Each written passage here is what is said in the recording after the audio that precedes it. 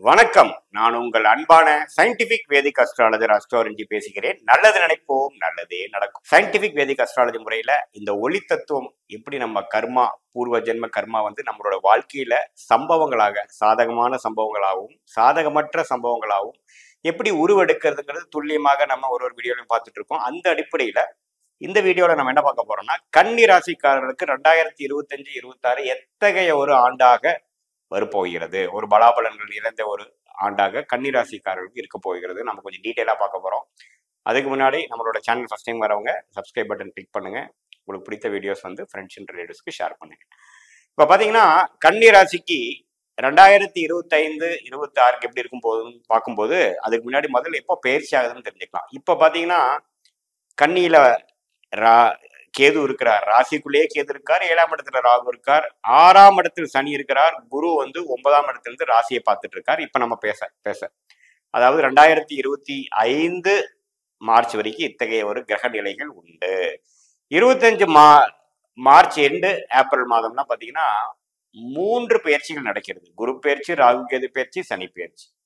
So அத்தகைய ஒரு நல்ல தாக்கத்தை கொடுக்கக்கூடிய பயிற்சிகள் கன்னிராசிக்கு எப்படி ஒரு பலாபலங்களை மாற்றி கொடுக்க போகுது, எப்படி உங்க வாழ்க்கையை மாறப்போகுது, எது மாதிரி விஷயங்கள் உங்களுக்கு அதிகமாக ட்ரெண்ட் மாறப்போகுதுன்னு பார்க்கும் பொழுது சனி உங்களுக்கு 6ஆம் இடத்துல இருந்து கொஞ்சம் குளிர் காஞ்சிட்டு இருந்த கன்னிராசிக்காரர்கள், அதாவது பெரிய பிரச்சனைகள் இல்லாமல், வம்பு வழக்குகள் இல்லாமல், தொல்லைகள் இல்லாமல் இருந்தவர்களுக்கு 7ஆம் இடம் என்று சொல்லப்படுகிற கேந்திரம், ஒரு மெயினான ஏரியாக்கு, ஒரு முக்கியமான ஒரு கேந்திர பாவத்துக்கு போகிறார். யாரு? சனி பகவான்.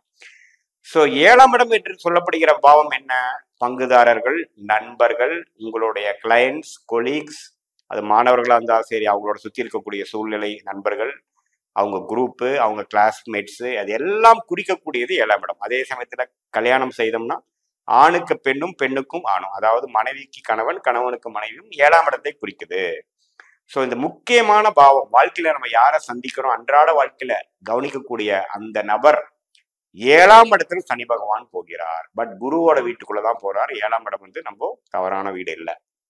சரி, 7ஆம் வீட்டுல இது வரைக்கும் ராகு இருந்து திருமண தடைகள், பிரச்சனைகள், வம்பு வழக்குகள்லாம் கொடுத்துட்டு இருந்தவர் 6ஆம் இடத்துக்கு வருகிறார். ஸோ அந்த அமைப்பு பாத்தீங்கன்னா 6ல ராகு, 12ல கேது அப்படிங்கிற ஒரு அமைப்பு எப்படி மாதிரி ஒரு விஷயத்தை கொடுக்கும்னா, சனி 6ல இருந்து 7க்கு போயிட்டார், ராகு 7ல இருந்து 6க்கு வந்திருக்கிறார். ரெண்டுமே பாவகரங்க தான். பட் இருந்தாலும் வித்தியாசங்கள் வரும். எப்படின்னா, உங்களுக்கு 7ஆம் இடத்துல ராகு இருக்கிறது ரொம்ப நல்ல விஷயம். சில கடன், நோய், வம்பு வழக்கெல்லாம் கொஞ்சம் குறையும். சனி எப்படி கொஞ்சம் கண்ட்ரோல் பண்ணி வச்சிருந்தாரோ அதே மாதிரி விஷயங்கள் கொடுக்கும்.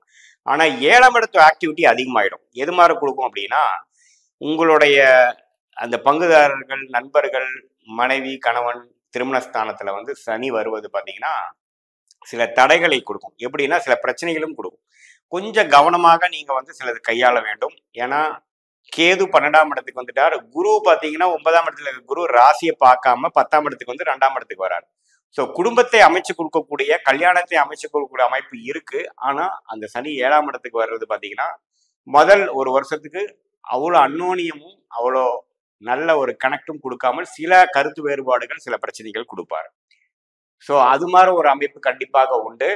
பட் பொதுவாக பார்க்கும் பொழுது குரு ராசியை பார்க்காம குரு 2ஆம் இடத்தை பார்ப்பது பண விஷயத்துக்கு, பண போக்குவரத்துக்கு, பேச்சு மூலமா வேலை, தொழில் செய்யறவங்களுக்கு எல்லாத்துக்குமே ஒரு நல்ல பலன் தான்.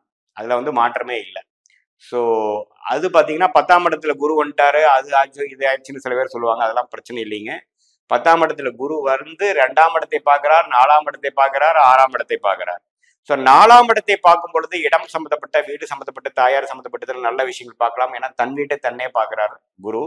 அது அருமையான அமைப்பு. அதே சமயத்துல 6ஆம் இடத்துல இருக்கக்கூடிய ராகுவ குரு பார்க்கறதுனால அந்த நம்ம பெரிய ஒரு 6ஆம் இடத்து வேலையை சாதகம் இல்லாத பலன்கள் செய்யாமல், கடனால கொஞ்சம் ஜெயிப்பது, கடன் மூலமாக கொஞ்சம் வாழ்க்கையில ஜெயிக்கக்கூடிய அமைப்பு, கொஞ்சம் லாபங்கள் செய்யக்கூடிய அமைப்பு, வெளிநாடு போகக்கூடிய அமைப்பு, அது மாதிரி விஷயம்லாம் கொஞ்சம் கொடுக்கதான் செய்யறாரு.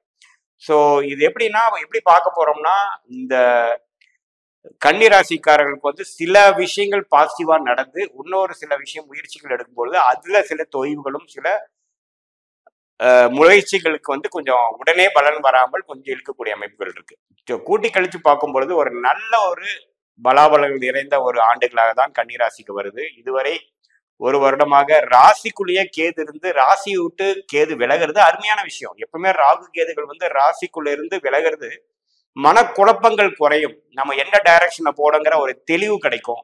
கருத்து வேறுபாடுகள் இருக்கும். இன்டர்னல் கான்ஃபிளிக்ட்னு சொல்லுவோம். நம்ம மனசுக்குள்ளேயே நமக்கு சில முரண்பாடான எண்ணங்கள், நம்ம போகிறது கரெக்டா, டவுட்டு, செல்ஃப் டவுட், இது எல்லாமே நீங்கி ஒரு நேர்கோரான எண்ணங்களை போகக்கூடிய அமைப்பு கொடுக்க தான் செய்யுது. அந்த அமைப்புல கன்னி ராசிக்காரர்களுக்கு இந்த சனிப்பெயர்ச்சி, ராகு கேது பயிற்சி, குரு பயிற்சி நல்ல அமைப்பு கொடுக்குதுங்க. அதே சமயத்துல ஒரு குறிக்கோள் ஓரியன்டா ஒரு பண வசதியை பெருக்கிக்கிறது, ஒரு முயற்சி எடுக்கிறது, எல்லாமே கைகூடக்கூடிய அமைப்புகள் உண்டு. மாணவர்களுக்கும் பார்த்தீங்கன்னா முதல்ல இருந்த கிளாரிட்டியோட இப்போ கொஞ்சம் பெட்டர் கிளாரிட்டி இருக்கும், ஃபோக்கஸ் இருக்கும், கான்சென்ட்ரேஷன் இருக்கும்.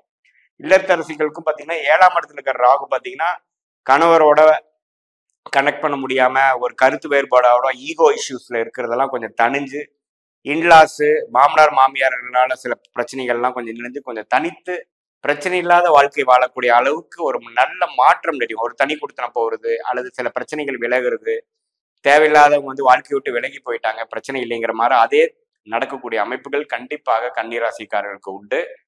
ஸோ கூட்டி கழிச்சு பார்க்கும்பொழுது ஒரு அருமையான ஒரு காலகட்டமாக 2023-24 கம்பேர் பண்றப்போ 25-26 ஃபார் பெட்டரா வரக்கூடிய அமைப்பு கன்னிராசிக்காரர்களுக்கு கண்டிப்பாக உண்டு. இது பொதுவான பலன்களை தவிர உங்களுடைய ஜென்ம ஜாதகத்துல எப்படி தசாபுக்தியில போயிட்டு இருக்கு வச்சு நம்ம துல்லியமான பலன்கள் எடுக்கலாம்.